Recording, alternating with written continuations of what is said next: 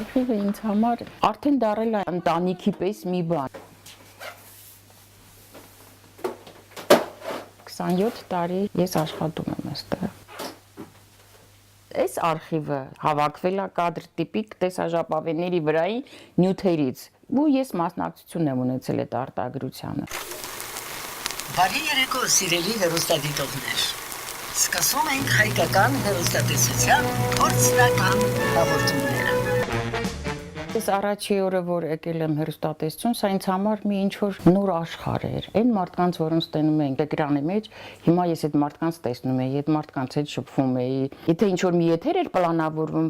այդ կադրից արտագրում էինք բետայի վրա ու տալիս եթեր։ Ես այդ ընթացքում խնդրում էի, որ գիտեք արտագրեք, տվեք, պահենք։ Այդ կարգով ենք հավաքել։ Հետո եկավ մի ժամանակ, որ պետք էր այդ կասետ, այդ կադրերի վրայի նյութերը արտագրվեին, որտեղ մեր ամբողջ պատմությունը այդ կասետների վրա էր։ Ու մենք սկսեցինք սկզբնական շրջանում նենց ընտրովի եւ մեր այդ կադրի կասետներից երևի թե 85-ից 90%-ը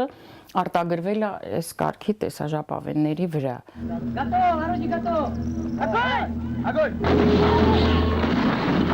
Արցախի այդ դեպքերն էին, Արցախում կրակոցները, մեր Հայաստանի սահմանները անընդհատ կրակում էին, գրադը գցում էին, շենքեր էր փլվում, մարդիկ էին զոհվում։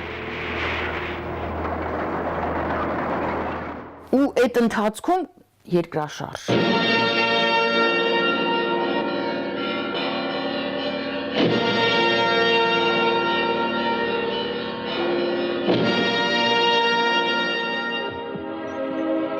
Երկրաշարժի օրերին տարբեր պետություններից գալիս էին նկարահանումներ էին անում ու երբ որ պիտի ուղարկեն իրանց երկիր, մեր հեռուստատեսությունից էին անում։ Ու այդ ժապավենները գողանալու պես չէ, ուղղակի վերցնում էին, պահում էին։ Մեր նյութերը սենց է հավաքվել։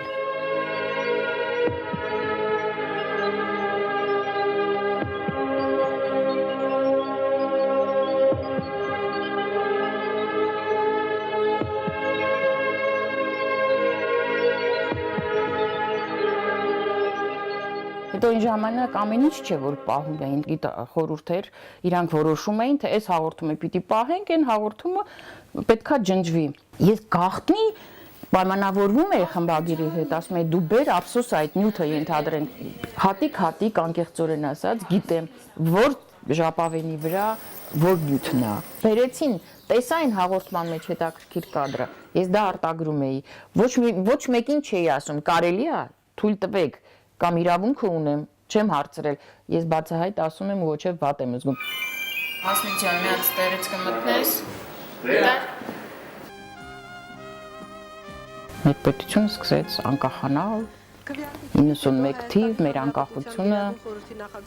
շատ ուրախացան Լևոն Տեր-Պետրոսյանի առաջին ընտրության ժամանակ ամբողջ քաղաքը, ամբողջ գիշեր մեքենաները շրջում էին ուռագոռալով, դրոշակներով, որ անկախացանք արդեն մեր վիճակը պիտի լավանա։ Պետրոսյանը զրույց ունեցավ հավատարմագրված բազմաթիվ օտարերկրյալ լրագրողների հետ, պատասխանեց նրանց հետաքրքրող հարցերին։ Հանրային հեռուստատեսությունը 1999 թվականից աշխատում ենք։ Աշխատանք կար քրոջս, մոտ առաջարկեց ես էլ ընդունեցի եկա տեսադարանում որպես բանվոր սկզբից։ Հիմա արդեն արխիվավար։ Ես որ զանգում եմ, ասում եմ, ես ինքս եմ դաժե զարմանում, որ ինքը ոնց է տիրապետում այդ ինֆորմացիային։ Որպես կանտայներ աշխատելով դրա երևի մի 20-30%-ին մենք սկիչ ենք տիրապետում, որ շփվում ենք, բայց ինքը ամբողջ այդ նյութերին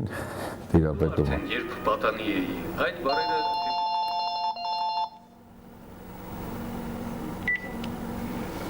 Այո, լսում եմ։ Բարև ձեզ։ Ինչ է պետք։ 70-ականների Երևան, արդյունաբերություն, գյուղատնտեսություն, փողոց, մարդիկ։ Տեսադարանում կա 20,000-ից ավել տեսաժապավեններ, դրանցից յուրաքանչյուրը երևի 20 անգամից ավել իմ ձեռքով անցել է։ Գիտեք, ապրում եմ իրանցով, անկեղծորեն ապրում եմ այս նյութերով, իմ ժապավենի պես, ես որ պարկում եմ, ամբողջ անցնում է իմ աչքի առաջ։ Այս բոլոր կադրերը, ով ինչից խոսել է, ով ինչից ասել է, իմ աչքի դեմով բոլորը գնում են։ Հենց մեկը մի բան ասում է, ես ոնց որ ֆիքսում եմ, այ սա էր, ու այդ բոլորը անցնում է իմ մոտ։ Ու ես հիմա, ես չգիտեմ ինչ ցավ կապրեմ, եթե ես չլինեմ իրանց մեջ։ Սարսափով եմ պատկերացնում, որ ես կարող այլ չաշխատեմ այստեղ։ 19 տարի ես աշխատել եմ ռադիոֆիզիկա ինստիտուտում։ Ես հասա մինչև начальник սեկտորի բաժնի ղեկավարի պես արդեն ինչ որ պաշտոններ ինձ համար։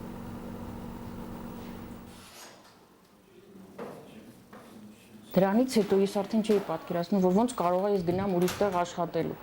Բայց արի ուտես ես գնացի հեռուստատեսություն, ու հեռուստատեսությունը դարձավ ինձ համար իմ երկրորդ տունը։ Առաջ ապրել եմ ծնողներիս հետ միասին ենք եղել, հիմա չկան ծնողներս, ես մենակ եմ, իհարկե մենակությունը դժվար բան է, դրա համար իմ ամբողջ ուղեղս, մտածմունքս իմ աշխատանքն է, քանի որ սիրում եմ իմ աշխատանքը, ես տուն գալիս եմ միայն երևի թե մի քիչ հանգստանալու, քնելու, որ առավոտյան նորից գնամ իմ աշխատանքին, իմ սիրած գործին։ Մինչև Սատուրն ոչինչ չի փոխվել։ Մի հարց եմ ուզում տալ։